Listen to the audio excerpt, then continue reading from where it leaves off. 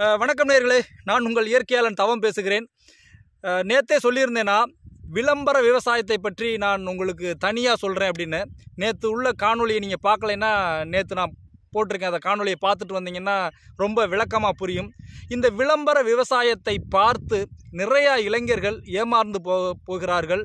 நல்ல வேலையை விட்டுவிட்டு விவசாயத்திற்கு வந்து பின்பு அதிலும் ஜெயிக்க முடியாமல் போகிறார்கள். இந்த விளம்பர அரசியலில் அப்படி என்ன இருக்குது? விளம்பர விவசாயத்தில் இந்த கீழே இருக்கு இல்லையா, பார்த்தீங்க இல்லையா, இது மாதிரியான நிறையா வீடியோக்கள் நீங்களே பார்த்துருப்பீங்க. ஃபேஸ்புக்லேயும் இருக்குது, யூடியூப்லேயும் இருக்குது. இவர்களெல்லாம் யார்? எங்கிருந்து வருகிறார்கள்? இவர்கள் உண்மையிலேயே விவசாய பின்னணியை கொண்டவர்களா என்றால் இல்லை. ஒழுங்காக விவசாயம் பார்க்குறவன்லாம் வந்து அவன் பாட்டில் பார்த்துக்கிட்டே இருக்கான். இப்படி வந்து சேனலில் வந்து பேட்டி கொடுக்கறது எதுவுமே பண்ண மாட்டான். அப்போ இவர்களெல்லாம் யார்? இவர்களெல்லாம் உண்மையிலேயே விவசாயம் செய்கிறார்களா?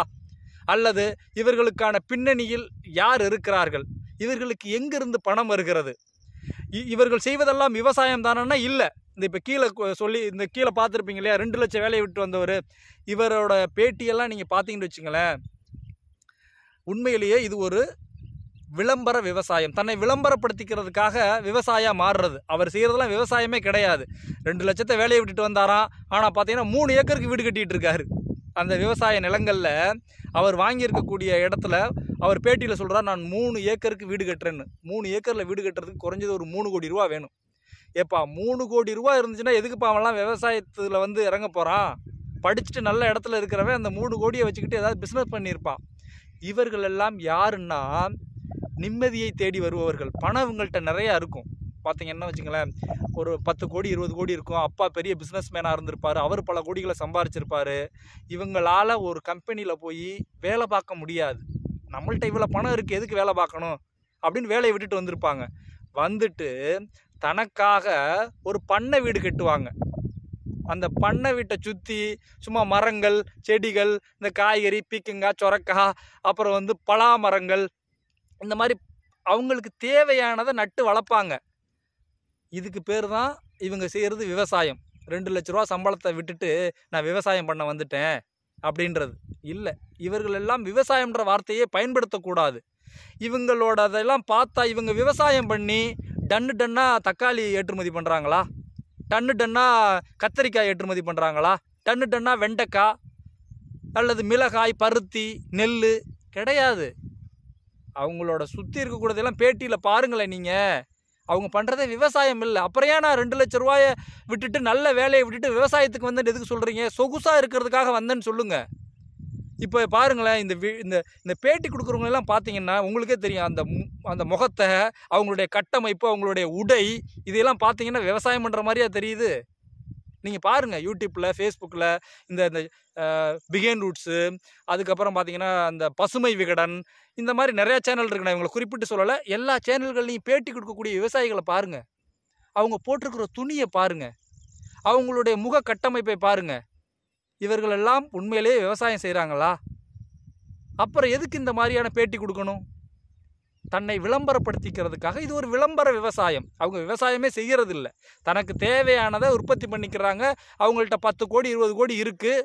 அதனால் ஒரு இடத்த வாங்கி, பசுமையான இடத்த வாங்கி, அந்த பசுமையான இடத்துல ஒரு 3 ஏக்கரில் வீடை கட்டி, ஒரு பண்ணை வீட்டை கட்டி, அப்படியே காற்றோட்டமாக இயற்கை சூழலில் வாழ்கிறாங்கன்னு சொல்லணும், விவசாயின்னு சொல்லக்கூடாது.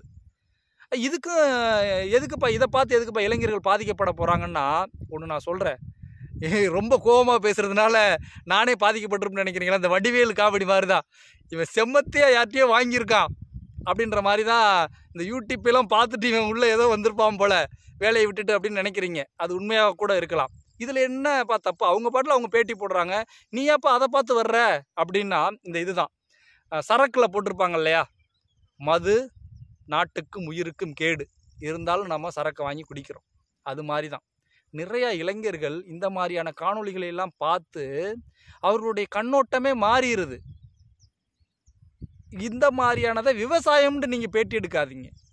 விவசாயம்னு சொல்லாதீங்க. நான் வேலையை விட்டுட்டு விவசாயத்துக்கு வந்தேன் அப்படின்ற விவசாயம்ன்ற வார்த்தையை பயன்படுத்தாதீங்க. உண்மையான விவசாயிகள் யாருன்னு தமிழர்களுக்கு தெரியும். உண்மையான விவசாயம்னா என்னன்னு தமிழர்களுக்கு தெரியும். நீங்கள் என்ன பண்ணுறீங்கன்னா, ஒன்றும் தெரியாத வேலை பார்த்துக்கிட்டு இருக்கக்கூடிய இளைஞர்களுடைய மூளைச்சலவை செய்கிறீங்க. நீங்கள் இந்த விளம்பர விவசாயத்தை வச்சுக்கிட்டு மூளைச்சலவை செஞ்சு ஒழுங்காக வேலை பார்க்குறவனி ஒன்றால் ஒரு நிறுவனத்தில் வேலை பார்க்க முடியலை, ஒரு கார்ப்பரேட் நிறுவனத்தில் அவங்க கொடுக்கக்கூடிய ப்ரெஷரை. ஆனால் வறுமையிலிருந்து படித்து போகக்கூடிய இளைஞர்கள் உங்களை விட நல்லா வேலை பார்ப்பான். ஆனால் அவனை எல்லாம் திசை திருப்பி விடுகிறீர்கள். நான் என்ன சொல்கிறேன்னா, உண்மைத்தன்மையை சொல்லு. உண்மையான விவசாயி போய் பேட்டி எடு, அது எப்படி இருக்குன்னு சொல்லு, அதில் உள்ள லாப நட்டத்தை நீ போடு. இவங்களெல்லாம் எப்படி நீ போடணும்னா, நான் 2 லட்ச ரூபா வேலையை விட்டுட்டு விவசாயம் பார்க்க போகிறேன்னு போடாதீங்க. நான் சொகுசாக இருக்க போகிறேன், ஒரு பண்ணை வீடு கட்டி எனக்கு தேவையானதை அமைச்சிக்கிட்டு நான் வாழ போகிறேன் அப்படின்னு போடுங்க.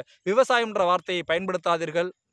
இதுதான் இதற்கு பின்னணியில் இருக்கக்கூடியது. இது ஒரு விளம்பர விவசாயத்தை நம்பி நீங்கள் யாரும் ஏமாற வேண்டாம். அப்போ என்ன பண்ணணும்? இளைஞர்கள்லாம் விவசாயத்துக்கு வரக்கூடாதுன்னா வரலாம். வர்றதுக்கு முன்னாடி நேரடியாக போங்க. நீங்கள் வலைதளங்கள்லையோ அல்லது யூடியூப்லையோ பார்த்து அதனால் நீங்கள் விவசாயம் பண்ண போயிடாதீங்க. நேராக போங்க, ஒரு 10 பேரை சந்திங்க. இப்போ பாருங்கள், நான்லாம் நிறையா பேரை போய் சந்திக்கிறேன்.